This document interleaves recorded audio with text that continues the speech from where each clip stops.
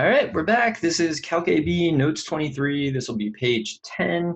We're dealing with slope fields. I think we know kind of a lot about them at this point. So let's take a look at these two slope fields. They're both actually very famous because they're for conic sections. I mean, when you look at it, you can kind of see the conic sections. On the left, I see hyperbolas. On the right, I see circles. But the solution to a differential equation must be a function that is continuous on a domain that contains the initial condition. So I'm seeing hyperbolas and I'm seeing circles.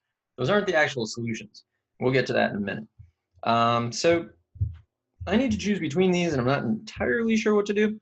So I look at these slope fields and I kind of see, let me get like a kind of soft color that I can use here. I don't really have one, just going for it. I see along y equals x here that the slopes here appear to be 1. Along y equals x here, the slopes appear to be, I guess, -1 is what I would say. So I'm going to look along y equals x and see what happens. So I don't really have good space. All right, so let's do this. If y equals x, holy cow, let me let that catch up there. I don't know what it's doing. Okay, caught up, finally. I can't imagine what it looked like while that was happening. If y equals x, then dy dx equals what? I'm afraid to even scroll because it took so long to catch up. X over y becomes dy dx equals 1. And dy dx equals, I'm assuming, negative x over y? Yep. So if dy dx is negative x over y, then that's going to become dy dx equals -1. Okay, so the one that has a slope of 1 must be dy dx equals x over y. So this is dy. We kind of knew this because I always do this. And then this should be dy dx equals -x over y. And that's like all it really takes. So once you get used to them, you can clearly identify it. So an interesting fact for these, for both of them, is that y cannot equal 0, because if y equals 0, the differential equations are undefined. So no matter what you do, your solutions cannot pass through. They cannot contain y equals 0. So you're going to get open circles no matter what along the x-axis. Let's take a look. So the next thing says, on each slope field above, sketch each type of possible solution curve. And there's a hint. The slope field on the left is way, way more complicated than you might initially think. All right, so then I'm going to deal with the one on the right first, because that seems like the thing to do. So here, I mean, I'll do this one. So we can't go there, but we could go there. We can't go there. And I'm going to try as best I can to draw a semicircle. Okay, so that's one type of solution. Now another type of solution, where should I go? I'm gonna go inside. I'm gonna go here and here, because y can't be 0, so those have to be open circles. They can't not be. And then, oh my gosh. I think I'm gonna aim for that. Okay, I think these are the only two types of solutions. So you can get a concave down type of solution, which is the top of a circle. The semicircle that is the top of a circle, that's one type, and then the semicircle that is the bottom of a circle is the other type. Those are the only two types of solutions you can really get out of here. So let's take a look over here. All right, a key fact is that y cannot equal 0, which means the origin is off limits. And if the origin is off limits, something really weird happens like right away. The thing that's weird is that instead of getting y equals x as a solution, we get two different solutions that look like it. So I'm going to let that snap into a line. This is 1, and then down here, because y cannot equal 0, we have to take the solution and break it in 2. This is the second type of solution. So we're already up to 2, and you might not have seen that coming, but I bet you can see the next 2. So for the next 2, I'm going to start here and go, just going to let it snap into a line, hopefully. I can kind of tilt it. Okay, so this is 3. And then we do the other part. So that's 4. All right, so we're up to 4 types of solutions already, and we haven't even done the ones that you like look at and you think these are solutions. All right, so I'm going to start here, and this will be an asymptote going this way, and then this will be an asymptote going this way. That's 5. And then, there's like an infinite number that look like that, but that's one representation of it. So I'm also going to say down here, I can do like the other part of what should have been the hyperbola, but because our solution needs to be a function, we couldn't get both parts of this. So you either have the top part or the bottom part. You cannot have both because our solution needs to be a function. So this is 6. All right. So next up, I'm going to say I'm not allowed to have y equals 0. So I'm going to put open circle here, but I could go like this. So that'll be 7. And then I also, let's keep the same color, but I'm going to change. I could go here and go this way. So like you might have wanted the full thing, but you don't get it. So here's 8. So that's 8. I think maybe there's 10 because I think on this side I can do, what other colors do I have? All right, so let's say here, and then I can go like this, which would give me 9. And then I got to move it because I want it to be clear that it's different. 10. Okay, so I see 10 solutions. Do I see any more? I don't think so. I mean, you get like 4 linear-ish things, like half lines basically, and then 5, 6, 7, 8, 9, 10. I think you get 10. So 10 types of solution curves. That's out of this world. I wouldn't have guessed that, like initially looking at this. I probably would have thought there was like hyperbolas that go this way, hyperbolas that go this way, and then one line, one line. I think I would have guessed 1, 2, 3, 4 types of solutions, honestly. But in fact, there are 10 types of solutions because the definition is really weird. It's got to be a solution. It's got to be a function. It's got to be continuous on a closed interval that contains the initial condition. So it has to be a function. That's a big deal. And then y couldn't equal 0 because of this denominator situation here. Y cannot equal 0 for either of them, which is creating even more solutions. Is it creating more solutions?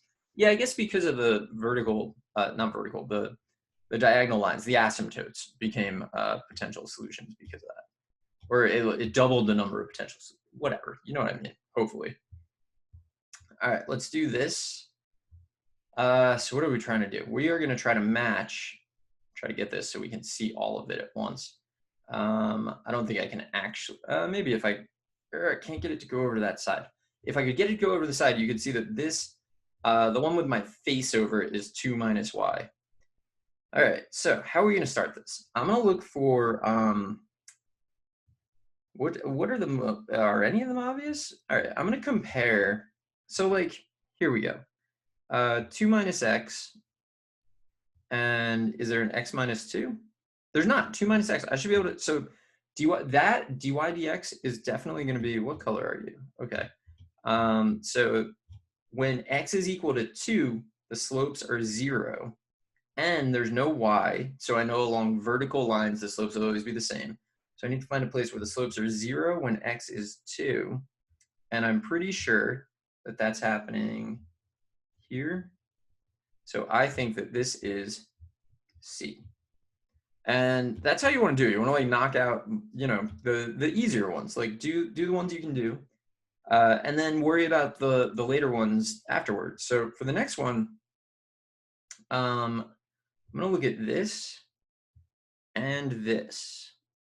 Okay, so both of them, when y is equal to 2, the slope is 0. So where does that happen? Well, here and here. Okay, I tried, right? Both of those. Let's try to do a better job on it. I don't think I can. I struggle on this side of the iPad for some reason. Ooh, not bad. Did I decide that it would make this into a line? Oh, it does. So there's really no excuse. It's just lack of patience. Okay, so now, how do we decide? Well, when y is greater than 0, so I'm looking at this one. When y is greater than 0, not 0, when y is greater than 2, dy dx is positive for this differential equation, right? Like 3 minus 2 is 1. For d, if y is greater than 2, 2 minus 3 is negative 1. So here I know if y is greater than 2, I should be increasing. Here, if y, what is that? If y is greater than 2, I should be decreasing. So I should be able to use that. So I'm looking for when y is greater than 2, increasing. That is definitely happening here. So I believe that this is b. And because I believe that is b, I believe that this, and you can like sketch it in. Oh my God, that's my very bad solution curve.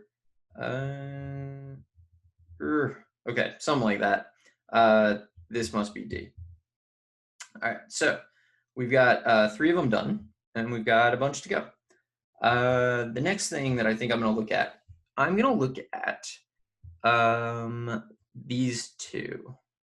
This one, so when x is equal to 1, the slope is undefined.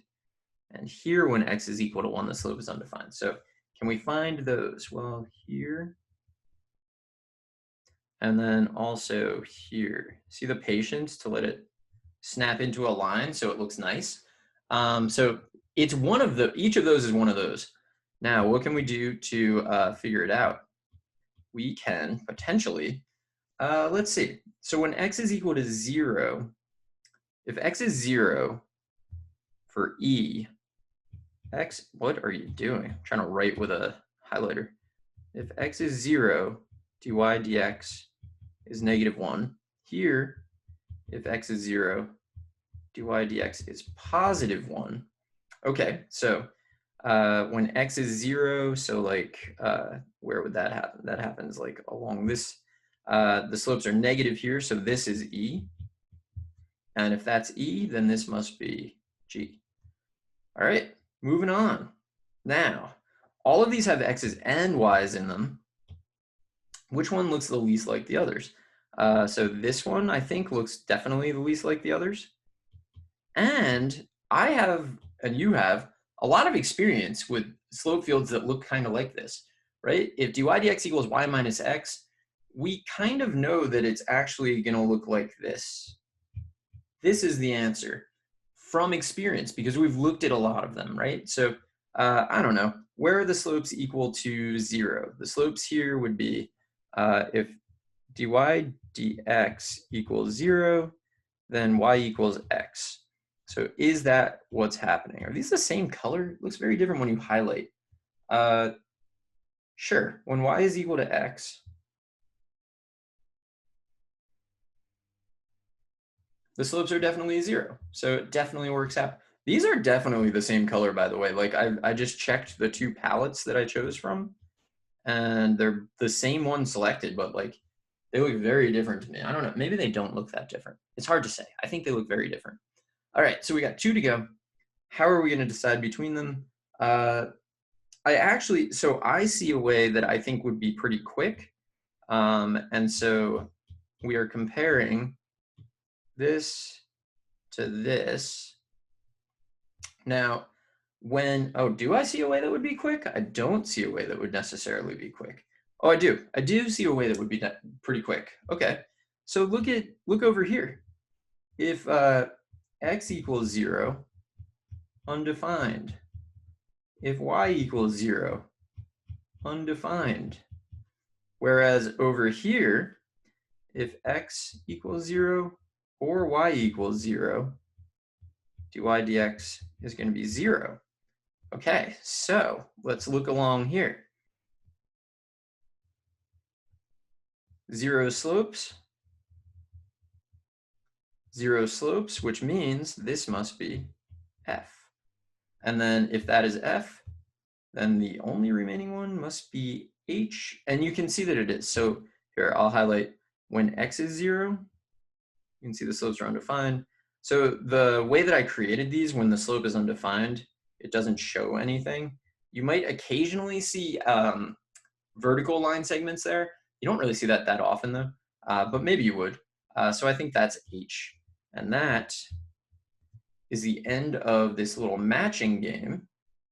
If you want to see more like this, I have 2 other videos where I go through and I match other differential equations to their slope fields. Highly recommend that you check those out. You can find those in, if you go to the website, the easiest way is probably, if you go to the website, which I'm trying to scroll to show you, go to the website and click on Calc AB Notes, go to notes 23. There's a link to a YouTube playlist of like random videos that are all about slope fields and things like that.